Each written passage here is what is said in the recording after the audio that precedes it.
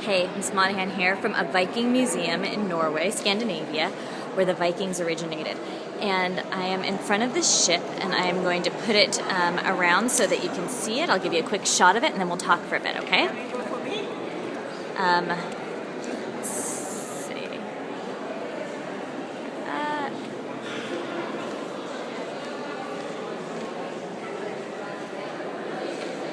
Okay, I don't know how much you can see. Maybe I'll try to show you more in a minute. But anyway, okay, so I just learned a little bit about Vikings, and I learned the origin of the word berserk, which I think is really cool, and we'll start off with that. It came from the Berserkian tribe of the Vikings. And, berserk is to go crazy. Well, it really meant that. Like, these were the total, crazy people of the Vikings, the fighters. Like, beyond SEAL Team 6. They were the toughest, they were the craziest of the crazy. And they would take these drugs, like mushrooms, they'd boil up mushrooms, they'd get totally stripped down naked, they would have an axe in hand, and they would just run in, charge countries, and slaughter people, and they didn't feel a thing. And so the way you'd kill them is to cut off their foot. So this particular ship, right here, had one of those warriors in it. They know it was him because he had his foot cut off, which means that was the way to stop a berserkian, because they didn't feel pain, so they'd keep going unless you cut off their foot. So, kind of cool. Okay, and now we're going to be talking about battles today, and we're going to be talking about Beowulf. And the points of literary that you should know about for literary terms are internal conflict and external conflict. Internal conflict is like the problems that you feel inside of you.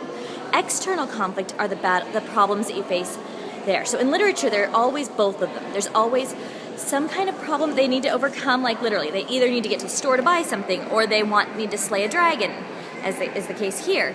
But they always have some kind of big battle outside, and usually there's going to be a relationship between the internal conflict and the external conflict. So what is it that they're fighting inside themselves, and how is that being mirrored in what is being fought outside?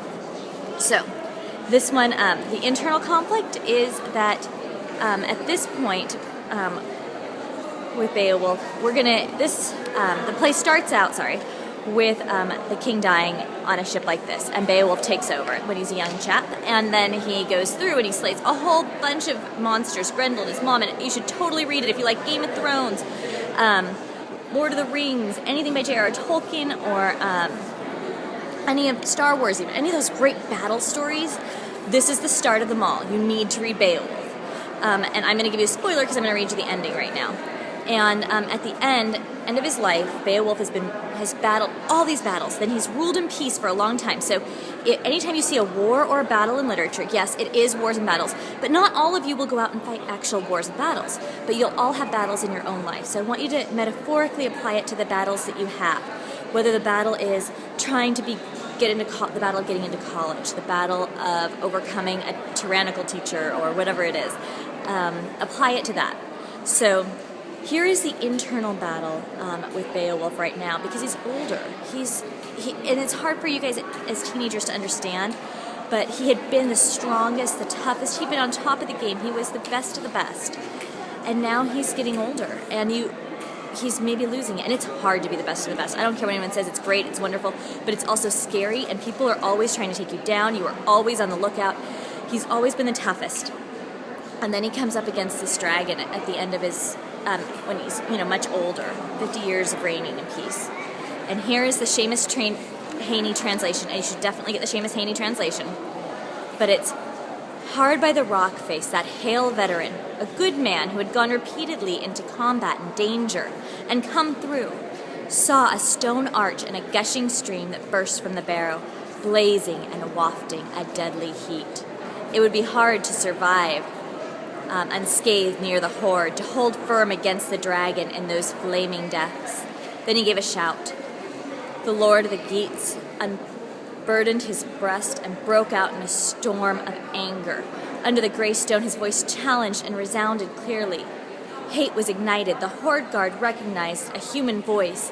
The time was over for peace and parleying. Okay, so Beowulf has been called out to slay this dragon. His men have abandoned him, all except one.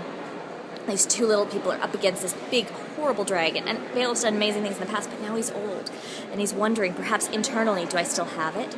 Or he's not wondering. He's maybe just too cocky. Whatever it is, he was there. So he's sitting there, and the thing has flashed out.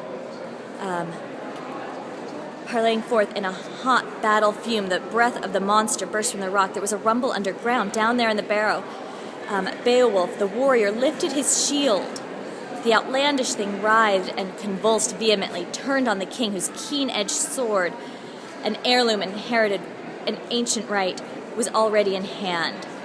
Okay, so he's got his shield up to protect himself, and his shield comes up first. Does that always happen? I don't know when he was younger. Roused to a fury, each antagonist struck terror in the other. Ooh, I love that phrase.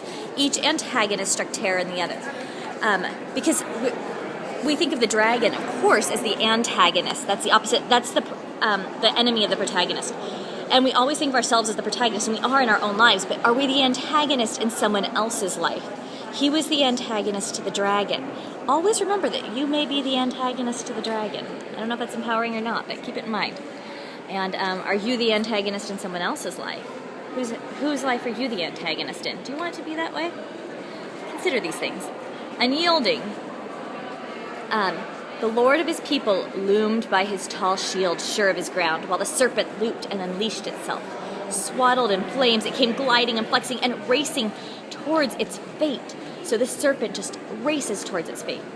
Yet his shield defended the renowned leader's life and limb for a shorter time than it meant to. That final day was the first time when Beowulf fought, and fate denied him glory in battle. He's won every other time. That's how he got to be so old. That internal conflict of maybe wondering if he was good enough or any of that, he wasn't. I mean, he was. He and his friend do defeat the dragon. They both go down in this blaze of glory, or whatever it was. They both go down together. But yeah, he denied him glory in battle. So the king of the Geats raised his hand hard at the enameled scales, but scarcely cut through. The blade flashed and slashed. Yet the blow was far less powerful than the hard-pressed king had need of at the moment. The mound keeper went into a spasm and spouted deadly flames. When he felt the stroke, battle fire billowed and spewed. So he strikes him, and the dragon bursts out in flames. And then this simple sentence, oftentimes the main point is in a simple sentence, a short one. Beowulf was foiled of a glorious victory. The glittering sword, look at how beautiful that sword is described here. Infallible before that day, failed when he unsheathed it, as it never should have. You can't win every battle. No one has ever won every battle. Even Beowulf finally loses a battle. Don't stress out too much if you lose a battle. In this case, it was his life, though, that was on the line. And for the son of Ecgtheow, and I want you to pause there, for the son of Ecgtheow. Now, granted, they did define each other by their lineage, but here it's used. Before it was, he's been given many names. Beowulf was one of them, but here it's the son of Ecgtheow. And I wonder, we were trying to talk about internal motivation. Why was he fighting so hard? And he's defined by being a son. And I wonder, sometimes I think there's so much pressure on my boys, my male students, to be so powerful and to win at everything. And I think that sometimes that pressure comes father to son and down and down and down to be this glorious ruler. He's defined in his when he loses as the son of. I wonder sometimes how crushing it is for my male students to have that burden sometimes of a father figure or a son of someone looming over you. The son of Ecgtheow. It was no easy thing to give ground like that and to go unwillingly to inhabit another home in a place beyond. He didn't want to go. He didn't want to lose. A lot of you don't want to lose the big football game to not get in college. It's so hard to lose those things. He didn't want this. It's so hard to go unwillingly to inhabit another home in a place beyond. But look at the word home. It's not another place. It's a word home. So we have a little bit of hope there, that connotation of home. So every man must yield the leasehold to have to give ground like that, to go unwillingly to inhabit another home place beyond. So every man must yield the leasehold of his days. Sorry, I reread it. So every man must yield the leasehold of his days. We have to give up at some point. We have to go home. We all end. and I hope you are doing well. Let me see if I can pull up the video here of this as we say goodbye, and I adore you all. Fight hard those battles, both internal and external, for good things. Bye.